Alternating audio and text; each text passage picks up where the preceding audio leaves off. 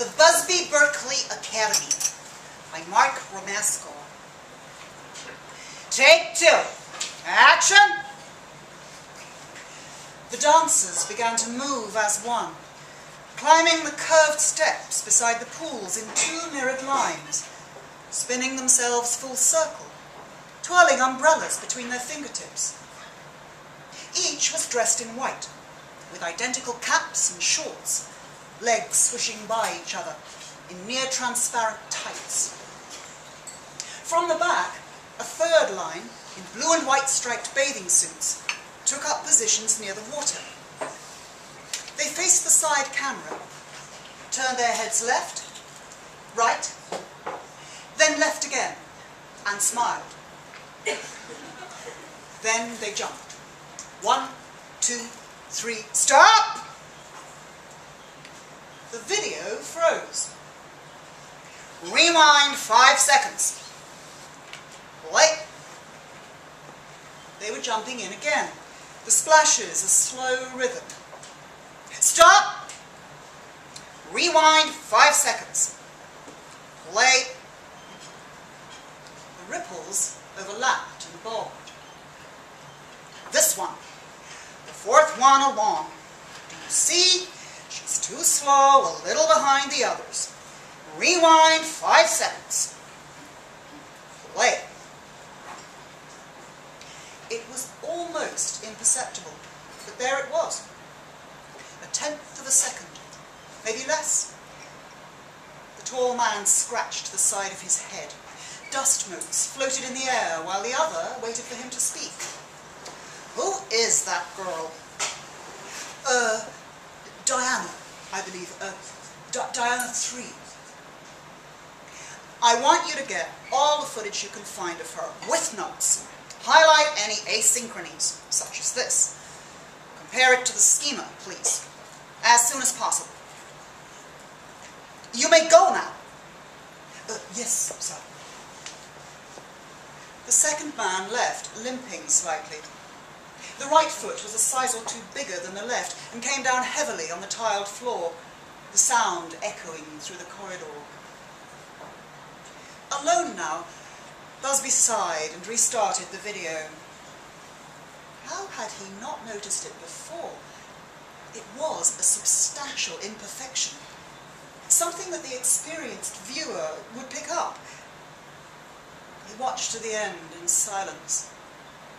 It was getting there, nearly perfect, but that was not enough. It only took one thing to undermine the choreography, and Diana 3 had destroyed this take. Sure, it was a difficult move, but not the hardest. Still, it might be there next time. There was always tomorrow. Take 1. Action! The 2 lines of figures climbed perfectly before the third approached from the back, heels clicking down in unison. They looked to the camera, turned their heads, smiled. Stop! The dancers froze where they were. Diana 3? Yes, sir? The face was nearly blank, but some small flicker of fear seemed to pass across it. Your smile. It must be synchronized with the others. You were late. Remember, exactly at the same time, smiling through the cheeks. Exactly 6 teeth showing. Hold as you turn your head. Release on the count of 4. Yes, sir. Was that a nervous glance he saw? Those around her looked on impassively, betraying no emotion. From the top. Take 2. Action. The routine ran through until those on top started diving into the pool. 1, 2, 3, stop! The 4th diver, already falling, disturbed the hush with a splash. Busby reddened. Diana 3! Sir? The dive. You must be vertical, entering the water gracefully. Not like some overweight slob in a provincial swimming pool. You must have been at least 5 degrees off of vertical. Concentrate. Yes, sir. The dancers returned to their starting positions. Take 3. Action. Walking, twirling, waiting, diving. Stop! You! No one moved. Hey! I'm talking to you! Are you deaf or something?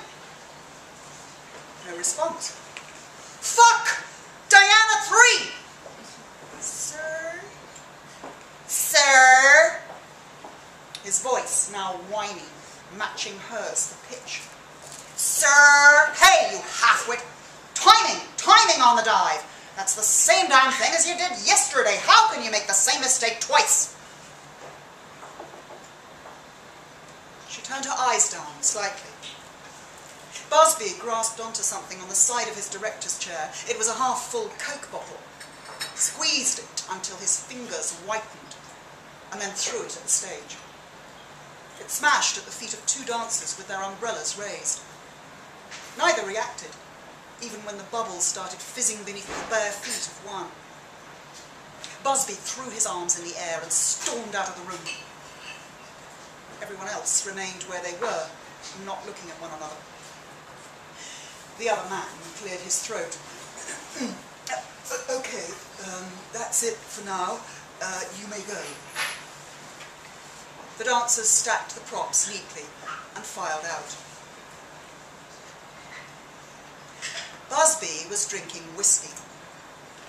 The video that the other man had made for him, the video of Diana 3, was playing in front of him, but he wasn't watching it. He was looking back through a diary, occasionally grimacing. January 24th. I begin to see the project stretching out in front of me. I watched Gold Diggers again today, the 6th time this year. As beautiful as ever. Busby Berkeley knew it, even all those years ago. A true genius. Such a touching scene when... He turned a couple of pages in revulsion at the gushing, naive fool staring back at him. February 29th. Decided that I will call myself Busby. If I am to take on the mantle, then I must become the man. To take the body and motion and turn them into something beautiful. By control, discipline, until under the greatest of direction, it begins to appear completely free. Freedom from control. Freedom from control. 2 new dancers arrived today. Busby took a gulp of whiskey, turned over. March 20th, watching videos of gymnastic displays from North Korea. Incredible, inspiring. If Busby were alive today, I would like to think this is where he would be. To follow his art wherever it went to the pinnacle of universal motion. Is this what Leni Riefenstahl was trying to capture? What on earth was he talking about? He must have been drinking that night. He flipped through to a well-thumbed page.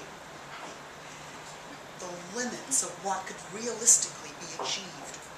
While many, the vast majority in fact, of the errors I see are due to mistakes in the schema, and hence to inaccurate or mistimed electrical pulses, there is a remainder that cannot be explained in this way.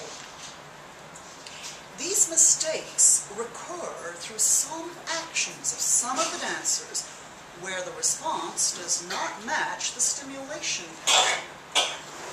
They appear to my eyes unpredictable in both timing and content. I can only believe them to be acts of unconscious rebellion. The last 2 words had been underlined later, twice, in red pen. It does not seem possible to eliminate these responses in those so affected by increasing the intensity of stimulus, at least up until the point where it begins to retard motor coordination. He remembered the difficulties of that time, the excesses, brainstems burnt out from the current, overstimulated muscles locking into place, legs becoming stiff as trees until the frame above them overbalanced. Anna 4 falling flat onto her face like that, her expression unchanged as the bones cracked beneath. Of course, there was no use for her then, not after the damage. There was a knock on the door. "Come in." The man limped in and inhaled deeply. "Sir, I have finished the report on Diana 3. However, I have not been entirely able to... I mean, there are..." "I thought you might say that. Just leave it there. Thank you." The man continued standing in the doorway. Busby rolled his eyes. "You may go now." As the heavy footsteps receded, Busby's eyes turned from the pages back to the diary, to a passage he could by now quote by heart. "An almost heretical thought now assails me. Up until now, I have always worked to completely eliminate all errors, an end that I seem to be always approaching, but never reaching. What if, instead, the objective became not scientific perfection, but perfection of a different kind, the cultivation of a small but visible discrepancy so as to enhance the whole, the mole on a face that in its asymmetry creates a higher beauty. We would be looking for..." Here Busby's lips began to move along with the words. "An individual with certain qualities, imperfect in carrying out the directions, but playing, as it were, around them, like a jazz musician plays around a beat, all the while with the rhythm section keeping perfect time." Busby smiled and picked up the report.